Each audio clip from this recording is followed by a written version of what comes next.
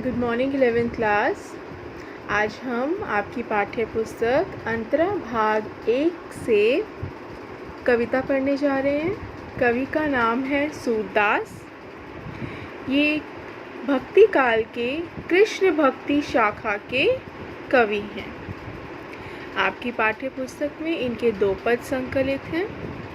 मैंने अभी आप लोगों को इनकी जीवनी भेजी है, उसे अवश्य आप पढ़ेंगे और अपनी नोटबुक में नोट करेंगे।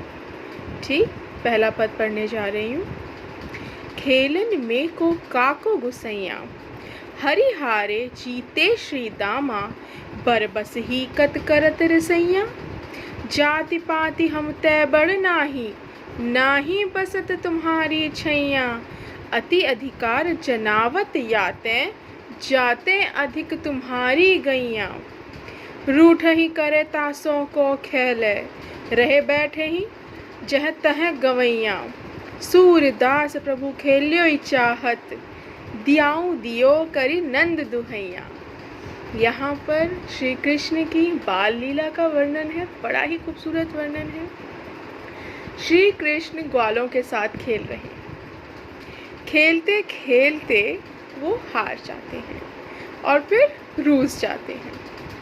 अब जो ग्वाले हैं वो उस बात पे चिढ़ जाते हैं। वो कहते हैं, खेलन में को काको गोसैया, अरे खेल में कैसा गुस्सा करना, हरिहारे जीते श्री दामा, बरबस ही कत करत रसैया।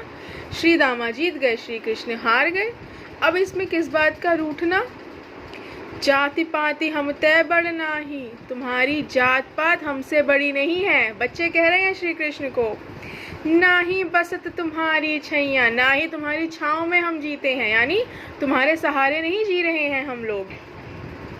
अति अधिकार जनावत याते, जाते अधिक तुम्हारी गैया, तुम्हारी गाय हमसे ज्यादा हैं, इसलिए ज्यादा अधिकार जता रहे हो हम पर। रूठ ही करे तासों को खेले, भाई अगर खेल में रूठोगे तो रूठने वाले के साथ कोई नहीं खेलता। रह बैठे ही जह तह गवैया, चलो वहीं जाके बैठ जाओ जहां बाकी ग्वाले बैठे हुए हैं। सूरदास प्रभु खेल्यो चाह, सूरदास कहते हैं मेरे प्रभु खेलना चाहते थे। और फिर क्या करते हैं श्री कृष्ण खेलने के लिए, दाऊ दियो करी नंद दुहैया, अपनी बारी खेलते हैं नंद बाबा की दुहाई देकर। तो यहाँ आपने श्री कृष्ण के बालपन का सुंदर सा चित्रण देखा है।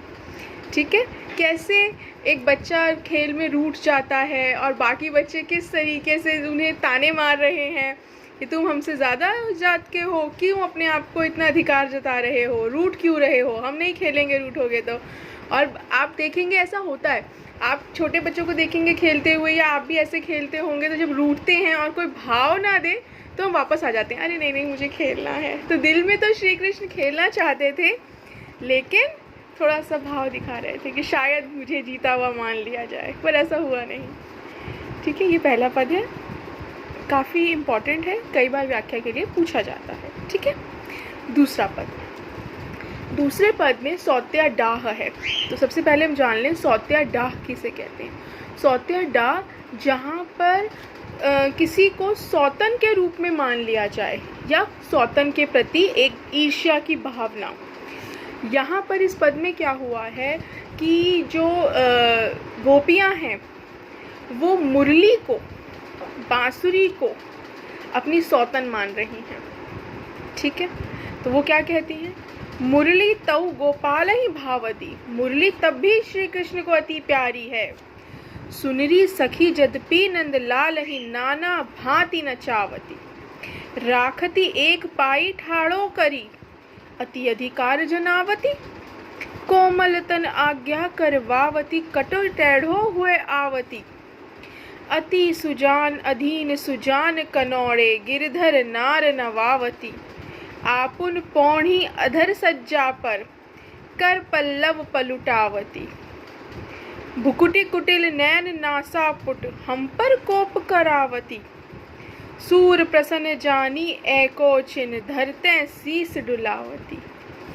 तो यहाँ पर गोपियाँ हैं, वो आपस में बात कर रहे हैं कि हे सखी, श्री कृष्ण जो हैं उन्हें फिर भी मुरली प्यारी है, फिर भी प्यारी है, कह तो दिया, लेकिन क्यों प्यारी है नीचे देखिए क्यों परेशान हो रही हैं।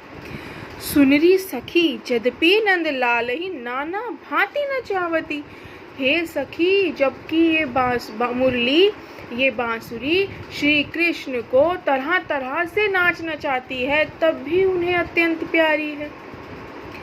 राखती एक पाई ठाड़ो करी अति अधिकार जनावती। बड़ा अधिकार जताती है श्री कृष्ण पर, उन्हें एक पांव पे खड़ा रखती है। अब आप क्या करेंगे, आप लोग इमेजिन करिए श्री कृष्ण को बांसुरी बजाते हुए।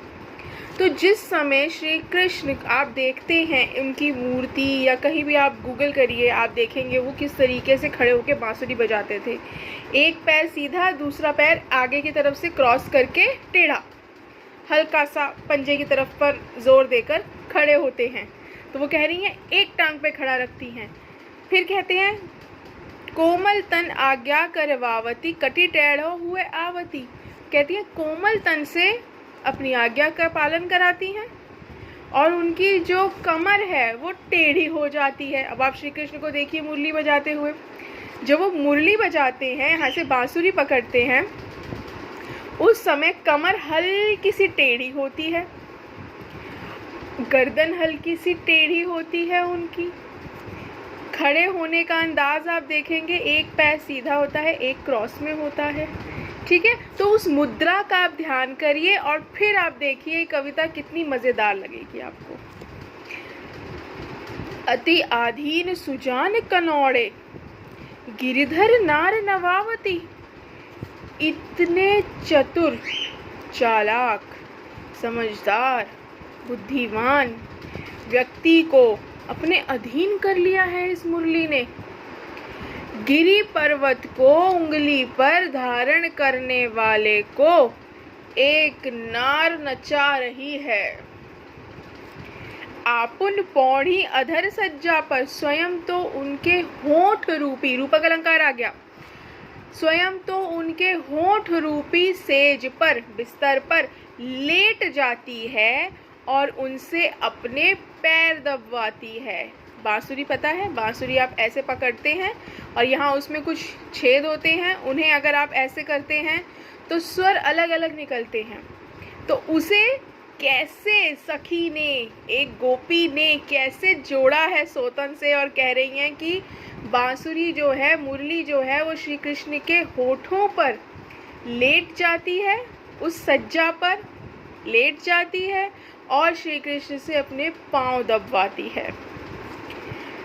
भुकुटी कुटिल नैन नासा पुट हम पर कोप करावती।